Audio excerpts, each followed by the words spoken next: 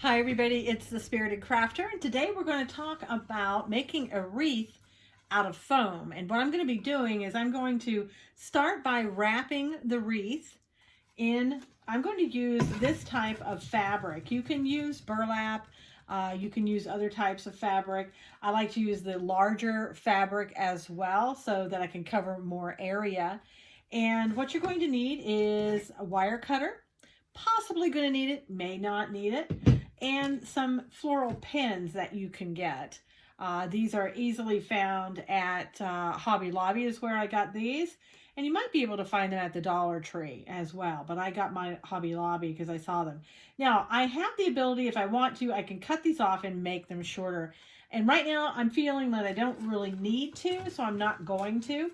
But what I'm going to do is I'm going to start, this is going to be the back for me. So I'm going to start right here, and I'm going to put this pin down in it and just push it right straight in, and just make sure that it's not coming out anywhere, because you don't want people to, be looking at the wreath and getting hurt on the pins.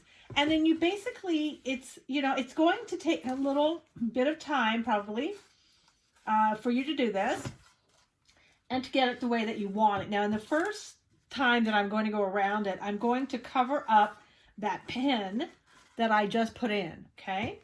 And we're going to come back through like this, and we're going to overlap on what we just did.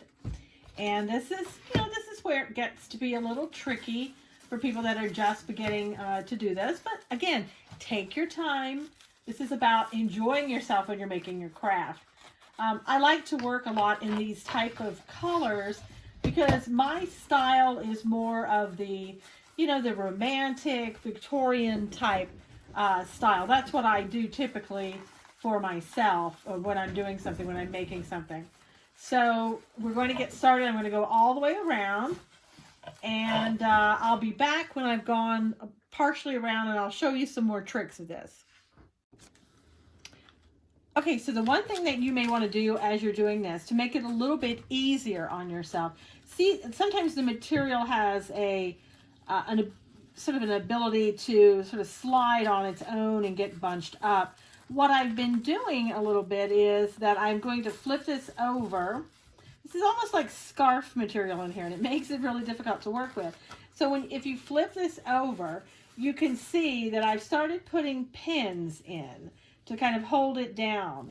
And this is on the back side. Nobody's going to see that. So, and these are pins, I'll show you one with the blue one, that have a little head on them, so that way that it won't slip through and it won't go all the way through your foam wreath. So just keep working with it, keep sort of spinning it around and making sure that you overlap a little bit so that you're not seeing that wreath.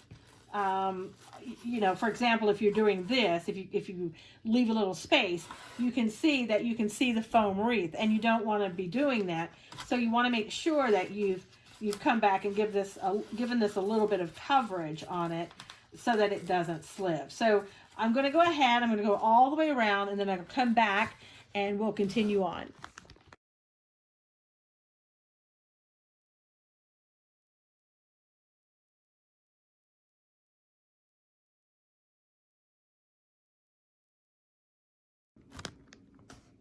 Now, when we've gone just about halfway around, what I want to do at this point is I want to stabilize this just a little bit more. So I'm going to bring it back through, flip it over again on the back. And in this time, instead of putting pins, as I've done across here, and don't be afraid to put more than one pin. You can see that even, with the pins that I have, they're covered up for the most part. But I'm going to take one of these, the florist pins, the floral pins, and put back down in there like I did in the very beginning, because I want to stabilize it even more. So, and it's not going through. We have a good clean thing right there where it's perfectly fitting in there well. And it's making everything, it's stabilizing it well. So let me finish up here, and I'll be back. One of the things that I like to do in this creative process, I like to be able to change my mind. I like to be able to get to a certain point and go, you know, I think I would like something else here instead of what I have and what I had intended to do. I had intended to go all the way around with this ribbon, and you can do that yourself. I mean, if you want to finish it up going around with this ribbon, you can. But what I want to do now is I want to switch to this ribbon. And I want to finish up. So I want to have half of it will be this ribbon and half of it will be finished up in this ribbon. And it gives it a little bit of a contrast. So I'm going to go ahead and do that. Now what I'm going to do to start that, I'm going to go ahead, I'm going to cut this ribbon back here. I'm just going to cut it as close as I can. I think you can see right here, I've cut it about that close to the other ribbon. I'm going to take it, I'm going to turn it over. And remember, this is our back side. So I'm going to just sort of turn that in like that and just give it a flip under. We already have, this is where I had just pinned it. So I'm going to, right now, I'm going to pin it with one of my white pins. I'm going to put in another one of the white pins here to kind of stabilize it. All right. And then I'm going to start out with this material. So I'm going to flip it over in the back. I'm going to go where my other pin is, and you can kind of see it's in the fabric a little bit. I'm going to start right there, and I'm going to start on top of that. So again, this is the back. I'm just going to turn it over to make it a little neater. And I think at this point, I'm going to put another one of my pins there so that I can hold this in place. So take one of your pins, put this in place right here. It gets a little bit difficult sometimes with the thickness of the fabric. So let's see, you just work with it until you get it in there right where you want it to go. Let's see here, I'll bring it over just a little bit.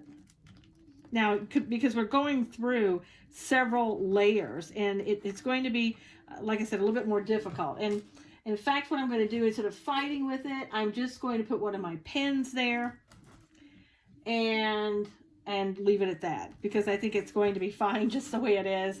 And I think I'm going to put 3 pins here, and I'll go back later and I'll just slip a pin in there if I can. And I'm going to take this and I'm going to start just wrapping it around. And I want to try to wrap over where I just pinned in the back. So you see, I'm just going to wrap it over that. We're in the back so that you can't see it. Let me just take it off my spool here. And I'm going to do the exact same thing that I did before, just taking it and wrapping it all the way around the wreath, making sure that you have good coverage and you have some overlapping. So I'll be back in a minute after I have finished the rest of this, and we'll get started from there.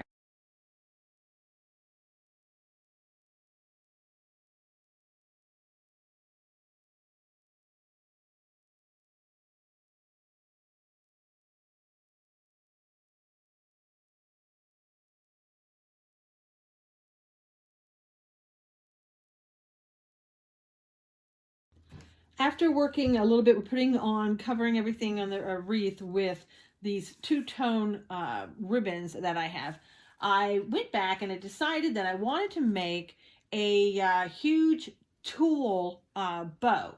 I really like working with tulle, and this is the color that I've chosen to work with. And what I have done on top of this bow, and I have this bow just pinned. I put a pin through it. You know, we've been working with the pins with the white heads. You'll see this one is a blue one, so you can kind of see it a little bit better, hopefully. So I put a pin like this with a little white head on it.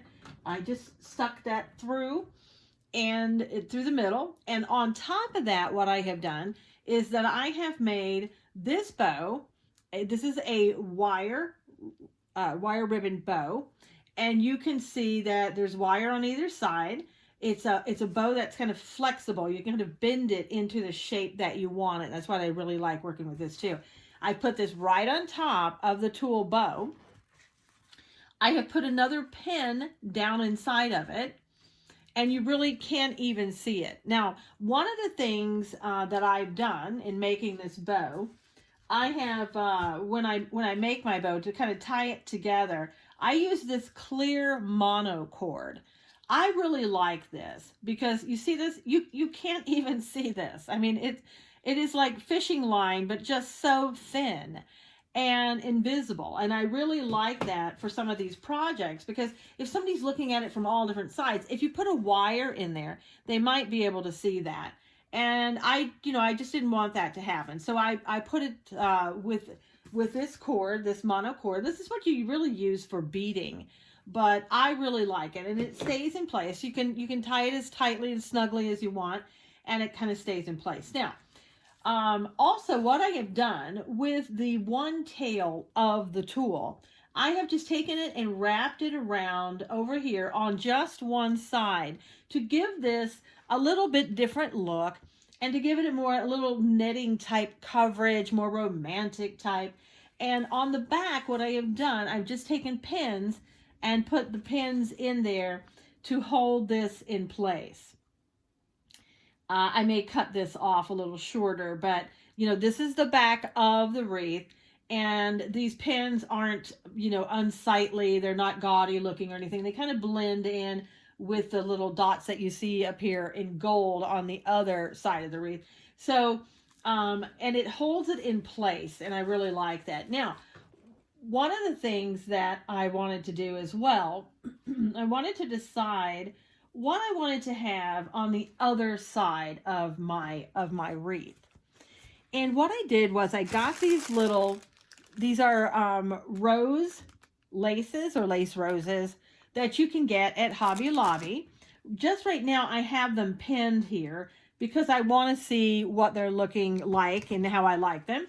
And I've taken this ribbon and I've sort of run this ribbon in between these little roses. And what I'm going to be doing next is, after I hot glue these on, and I'm going to be removing the pins, then I'm going to be putting these little roses, I'm going to be hot gluing them on different places, where you feel like they should be. And you'll know that when you start placing them on there, if that feels good for you, if that looks right to you, and on and on. And just kind of gathering them around until I feel like I have them where I want them. And that's going to be, again, see, it gives it a more like a romantic type, really light, feminine view on this type of wreath. And also, what I'm going to be doing, I bought this as well. I'm contemplating putting this about right here on my bow, right in the center of the bow. To give it, there's some, bling, as they say in here. But I'm going to wait to see how I feel. I'm going to wait until everything else is done and see how I feel. In addition, I have some little pearls, glass pearls that I have.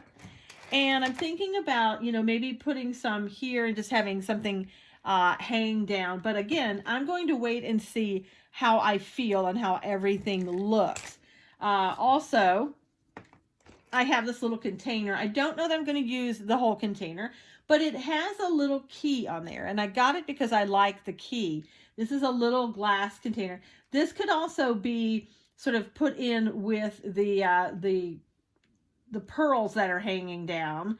And again, it may just be the key that I have hanging with the pearls. I'm not really sure yet. As I go through and as I kind of feel what's, talking to me, if you will, that's what I'm going to do.